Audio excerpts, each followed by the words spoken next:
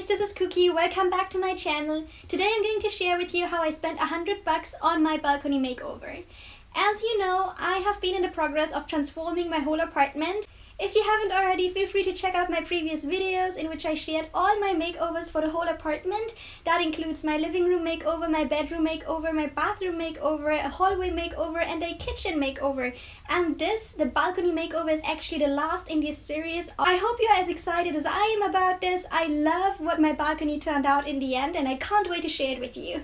So in a nutshell, I had $100 left to transform my balcony. As you will see in a bit, my balcony looked very sad, so the $100 were well spent, I believe. But before I get into more detail, why don't we just have a look at what my balcony looked like before I started with my makeover. So let's have a quick look. It's actually quite a narrow balcony, so nothing much to show you. But you can see it was basically just a storage balcony where you could see an old desk and a chair, which looks like stolen from a school, a moldy wardrobe, and that's basically it. Needless to say, everything had to go, but just so you see, this is what everything looked like at the very beginning. If you're wondering why I spent $100, well, I had already spent quite a lot of money on the previous rooms that we've gone through. Not that much if you think about it really, but it was pretty much on the limit of what I wanted to spend for an apartment rental. Hence, all I had left were $100 on my balcony, and you will see it actually enabled me to do quite a lot, much more than I thought it would. Similar to the kitchen, the balcony had quite a problem with mold. Before I could do anything to the walls, I had to make sure that all the mold was removed. As you will see in the next part, I spent quite a lot of time with mold remover and mold spray, all these sort of little things that you can get online easily, just to make sure that all the mold is removed before I went on to the next step. If you haven't tried this, you absolutely should. It's just an awesome magic tool, I have to say. In a second step, I tried to get rid of all the black stuff that was hiding underneath the window.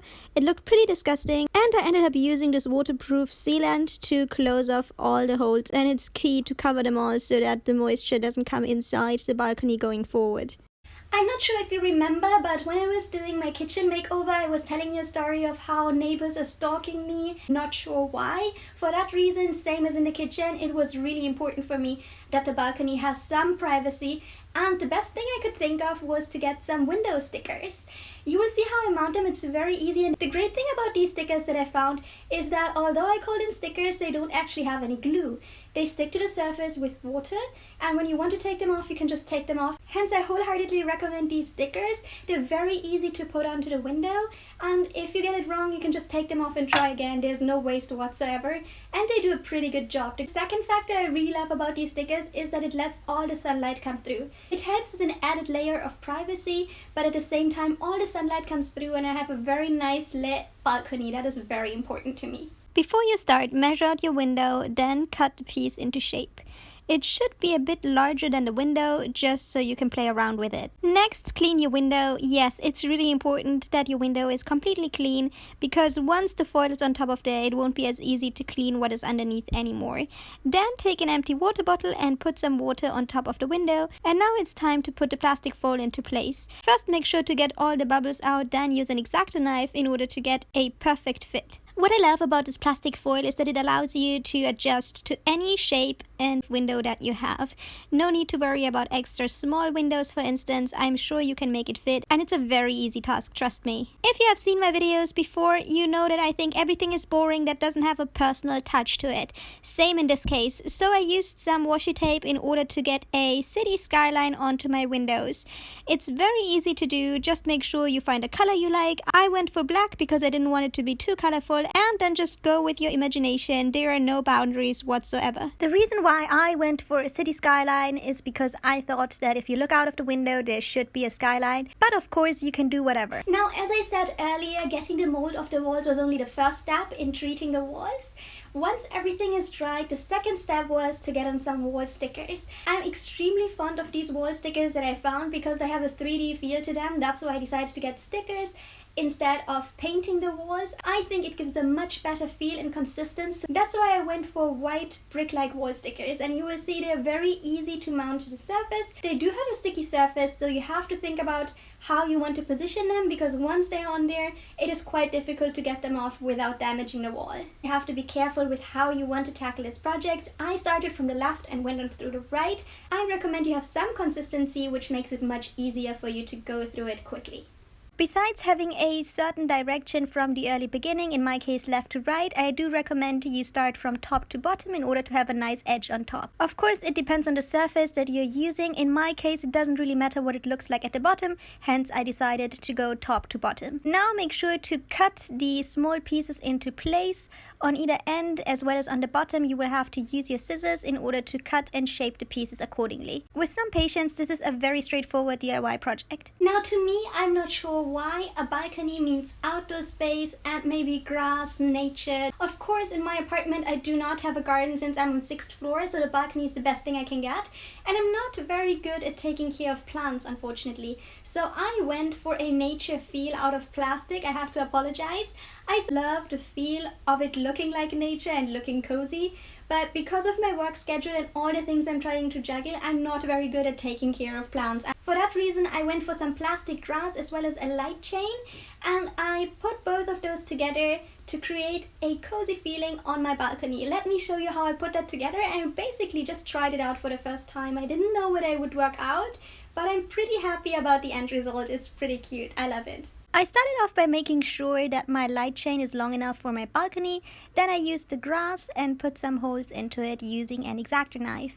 Now, bit by bit, I used my light chain to put the little light bulbs through the grass. The reason why I did that is because I think the cable doesn't look very nice, so I wanted the cable to be hidden, and that's the best method I could think of. Just be careful when you work with the X-Acto knife that you don't accidentally cut through your light bulbs. That would be a very sad light chain if you cut it into pieces. Now, finally, what I did in order to make sure it holds for a long time is to use some double-sided tape on either end and stick the grass on top of it. I'm so proud the ugly cable is hidden. As I mentioned, I did this for the first time and I was very satisfied with the result. Let me show you. And this is what it looks like during daylight, and that's what it looks like at nighttime.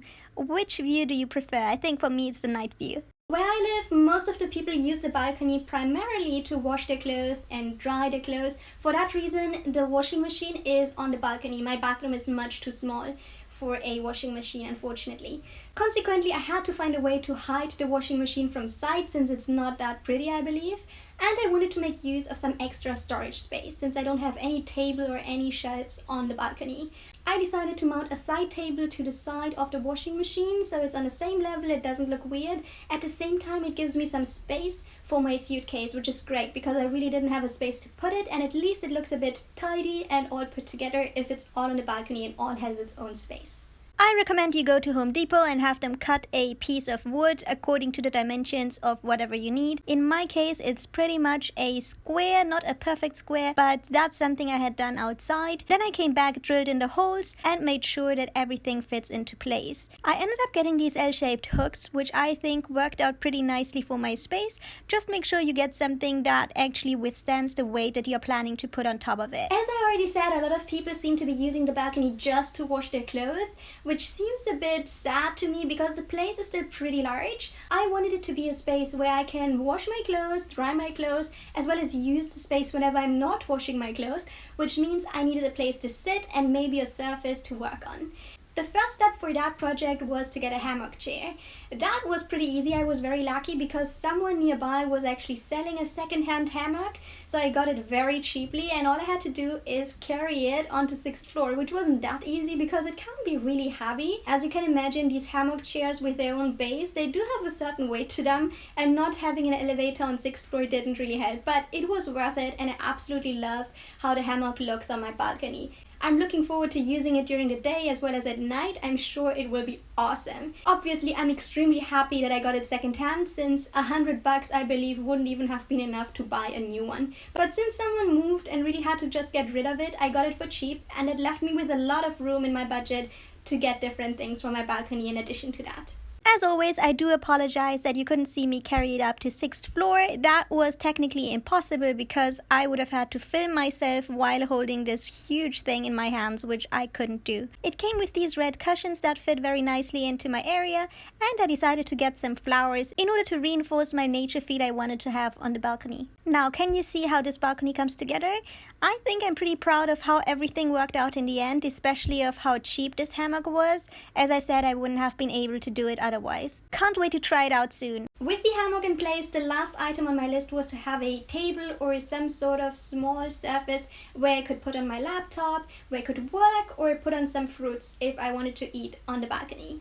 I found this a really awesome side table. The reason why I love it so much is because it has wheels, so I can put it to one side when I don't need it. It doesn't take up any space. And if I do need it to place my laptop, to watch a movie, to do some work, I can just slide it to one side and use it. It's awesome and I'm completely in love with it. Although I got this new, it's a very cheap design, so it didn't cost much, and I had to assemble it myself, which wasn't hard at all. You just need a screwdriver and you're pretty much set. What took me much longer was to find this particular piece of furniture because it had to be of a certain length in order to be useful, while it had to have wheels at the same time.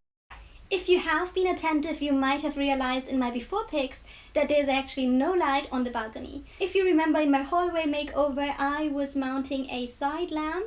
It was actually a set of two, so I used a second lamp to put it on the balcony. It actually worked out pretty nicely. Since the balcony doesn't have any socket to mount a light bulb, I thought it made the most sense to use a side lamp. In that case, you can't really see the cord that will be dangling down from one side.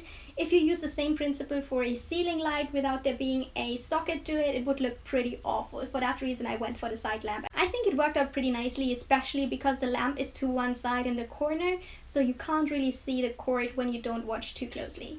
Of course, some drilling was involved. I had to have 2 holes in the wall, and before you ask me again, I did ask the landlord whether it was okay for me to do that, and I recommend you do that if you're living in a rental apartment. Besides that, make sure to turn off the main electricity switch before you start working with the light, and mount the light onto the wall, and ta-da, this is what it looked like in the end. This was already the last step in my balcony transformation. I hope you loved the makeover. Before I show you the after pictures and what it looks like right now, I would like to take the opportunity to show you what it looked like before in case we have forgotten. So let us have a quick look at the pictures I made when I just moved into the apartment. Still remember the balcony, it was full of mold and strange furniture that I had to get rid of. Now that we've refreshed our memory, let me show you what the balcony looks like right now after having put in $100. To the left you can see my outdated washing machine, then the space I have for my suitcase, the walls with the new wallpaper, and my hammock on the other side. Not to forget my little table that I put together myself in order to work productively. Isn't it awesome? I can't wait to sit on the balcony, especially with the weather being so good these days. It's awesome to be able to sit on the balcony, and the hammock chair is awesome, especially in the evening. And now let me show you my little table that I'm completely proud of. It's so easy to move it from one side to the other, and some more pictures for you to get an idea what the balcony looked like after my $100 transformation. I hope you like it, and here's another view of what it looked like at night. I think I like it even more at night than at daytime because of the lights. I hope you had fun watching this makeover video. Maybe you had as much fun as I had doing it. It was awesome, and I can't wait to go to the balcony right now to sit in my hammock and enjoy the evening. Do let me know which aspect you liked the most in the comment section below. I have a feeling that I'll be using my balcony quite a lot starting today. Now that all my makeover videos of my apartment have been edited and shared with you, I'm going to think about what I could share with you next. Stay tuned. If you did like this video, give it a thumbs up and make sure to follow me. I would appreciate that. Thanks for your time watching. See you soon. Bye.